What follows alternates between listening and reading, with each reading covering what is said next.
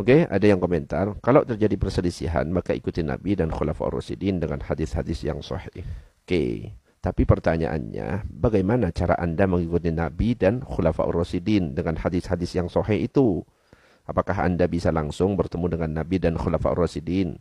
Tentang masalah hadis sahih, apakah Anda adalah ahli hadis yang sudah bisa menilai sebuah hadis ini adalah sahih atau dhaif?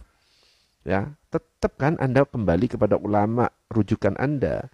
Nah, selama Anda masih merujuk kepada ulama rujukan Anda, ya, ingat orang lain juga punya ulama rujukan, ya. Dan ulama rujukan Anda itu belum tentu yang paling benar. Bisa jadi ulama rujukan orang lain itu yang benar.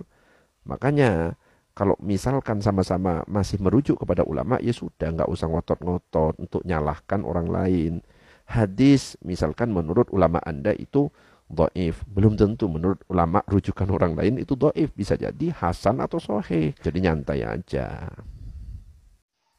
Oke, ada yang komentar, kalau terjadi perselisihan maka ikuti Nabi dan Khulafaur Rasyidin dengan hadis-hadis yang sahih.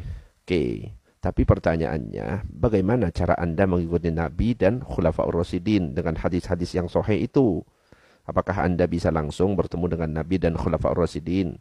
Tentang masalah hadis sahih, apakah Anda adalah ahli hadis yang sudah bisa menilai sebuah hadis ini adalah sahih atau dhaif? Ya, tetap kan Anda kembali kepada ulama rujukan Anda. Nah, selama Anda masih merujuk kepada ulama rujukan Anda, ya, ingat orang lain juga punya ulama rujukan, ya. Dan ulama rujukan Anda itu belum tentu yang paling benar. Bisa jadi ulama rujukan orang lain itu yang benar. Makanya kalau misalkan sama-sama masih merujuk kepada ulama, ya sudah nggak usah ngotot-ngotot untuk nyalahkan orang lain. Hadis misalkan menurut ulama Anda itu dhaif, belum tentu menurut ulama rujukan orang lain itu dhaif, bisa jadi hasan atau sahih. Jadi nyantai aja.